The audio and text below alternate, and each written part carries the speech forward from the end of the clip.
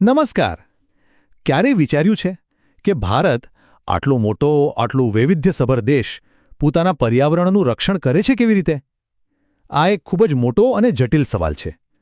તો ચાલો આજે આપણે એ જ કાનૂની દુનિયામાં એક સફર કરીએ જે આ પડકારને પહોંચી વળવા માટે બનાવવામાં આવી છે. આ જે બધી વાતચીત આપણે કરવાના છીએ એનો આધાર નિષ્ણાતોએ તૈયાર કરેલી સામગ્રી છે.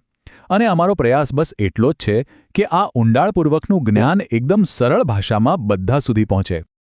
તો સવાલ એ જ છે, 1 અબજ 40 કરોડથી પણ વધુ લોકોનો દેશ, આટલી મોટી વસ્તી એના પર્યાવરણનું રક્ષણ કરે તો કરે કેવી રીતે? વિચાર કરો, આ પડકાર કેટલો મોટો હશે. અને જુઓ, આ જે કાયદાઓ છે ને એની કહાણી માત્ર સૂકા નિયમોની નથી. ના, એની પાછળ તો મોટી મોટી દુર્ઘટનાઓ છે, ન્યાય માટેની લડાઈઓ છે, અને હા, વિકાસ અને પર્યાવરણ વચ્ચે સંતુલન જાળવવાનો એક સતત સંઘર્ષ છે. તો ચાલો આ કહાણીનું પહેલું પાનું ખોલીએ અને સૌથી પહેલાં મળીએ એ સંસ્થાને જે આપણા દેશમાં પ્રદૂષણ પર બાજ નજર રાખે છે. આ છે CPCB, એટલે કે સેન્ટ્રલ પોલ્યુશન કંટ્રોલ બોર્ડ. સમજો કે આ પ્રદૂષણ સામેની લડાઈમાં દેશની સૌથી મોટી ટેકનિકલ સંસ્થા છે. 1976માં એની સ્થાપના થઈ હતી, ખાસ તો પાણીના પ્રદૂષણને રોકવા માટે. પણ પછીથી એને હવાના પ્રદૂષણ પર નિયંત્રણ રાખવાની પણ સત્તા મળી ગઈ. તો એનું મુખ્ય કામ શું?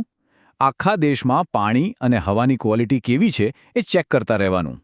હવે આપણે એક એવા કાયદાની વાત કરવાના છીએ જે ખૂબ જ શક્તિશાળી છે, અને એનો જન્મ એક ભયાનક રાષ્ટ્રીય દુર્ઘટનામાંથી થયો હતો.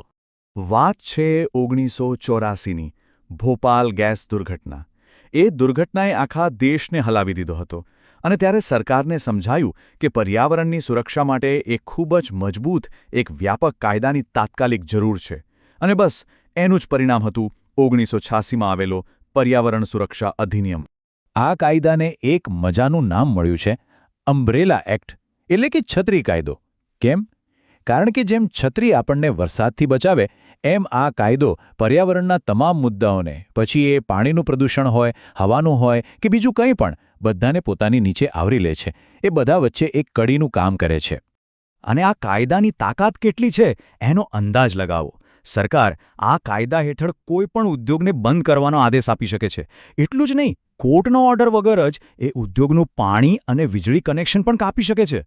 આટલી બધી સત્તા, અને સૌથી મોટી વાત, જો આ કાયદાની કોઈ જોગવાઈ અને બીજા કોઈ કાયદા વચ્ચે ટક્કર થાય તો હંમેશા આ પર્યાવરણ સુરક્ષા અધિનિયમ જ ઉપર રહેશે.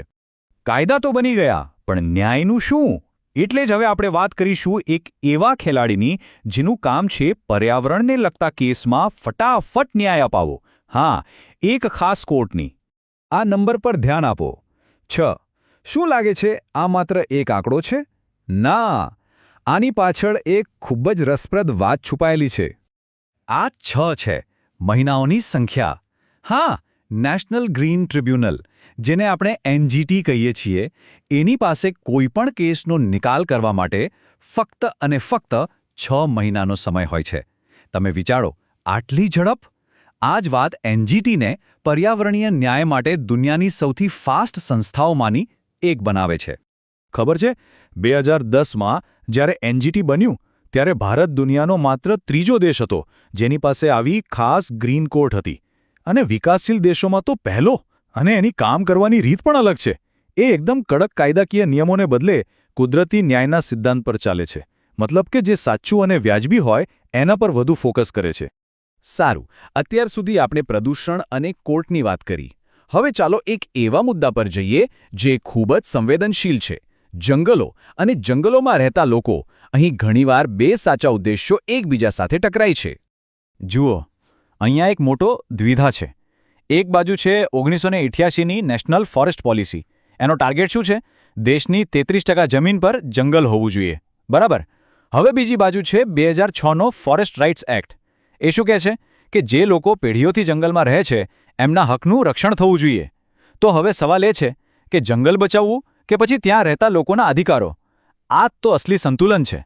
આ જે ફોરેસ્ટ રાઇટ્સ એક્ટ છે ને, એ એક ઐતિહાસિક કાયદો છે. એનો મુખ્ય હેતુ એ લોકો સાથે થયેલા અન્યાયને સુધારવાનો છે જેઓ સદીઓથી જંગલમાં રહેતા આવ્યા છે, પણ કાયદાકીય રીતે એ જમીન પર એમનો કોઈ હક જ નહોતો.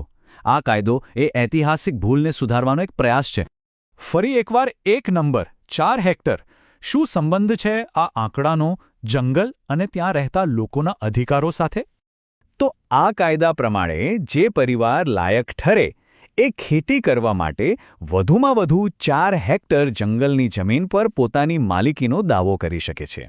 આ મર્યાદા એટલા માટે રાખવામાં આવી છે જેથી એમની આજીવિકા પણ ચાલે અને જંગલોનું રક્ષણ પણ થાય. એક પ્રકારનું બેલેન્સ. આ કાયદો મુખ્યત્વે 4 પ્રકારના અધિકાર આપે છે.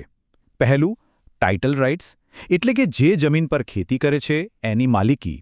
બીજું, યુઝ રાઇટ્સ, એટલે કે મધ, ઔષધિઓ જેવી નાની નાની વનપેદાશો ભેગી કરવાનો હક, પણ હા, લાકડા કાપવાનો નહીં. ત્રીજું, રિલીફ રાઇટ્સ, એટલે કે જો એમને ત્યાંથી હટાવવામાં આવે તો પુનર્વસનનો અધિકાર. અને ચોથું, મેનેજમેન્ટ રાઇટ્સ, એટલે કે પોતાના આસપાસના જંગલની રક્ષા અને સંભાળ રાખવાનો અધિકાર. તો અત્યાર સુધી આપણે જોયું કે ભારત પાસે પર્યાવરણ માટે કેટલા મજબૂત કાયદાઓ છે. પણ હવે એક સૌથી મોટો સવાલ: શું આ કાયદાઓ ફક્ત કાગળ પર જ મજબૂત છે કે પછી જમીન પર પણ એટલા જ અસરકારક છે? આના માટે એક બહુ સરસ કહેવત છે: કાયદા કરોડિયાના જાળા જેવા હોય છે. એમાં નાના નાના જીવજંતુ તો ફસાઈ જાય છે, પણ કોઈ મોટો સિંહ કે હાથી આવે તો એ તો જાળાને ફાડીને જતો રહે છે. બસ આ જ તો સૌથી મોટો પડકાર છે, કાયદાનું પાલન કરાવવાનો. તો છેલ્લે સવાલ એ જ આવીને ઊભો રહે છે. કાગળ પર તો ભારત પાસે દુનિયાના સૌથી મજબૂત પર્યાવરણીય કાયદાઓ છે, એમાં કોઈ શંકા નથી.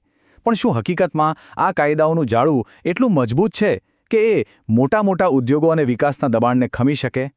આ એક એવો સવાલ છે જેનો જવાબ આપણે સૌએ વિચારવાનો છે.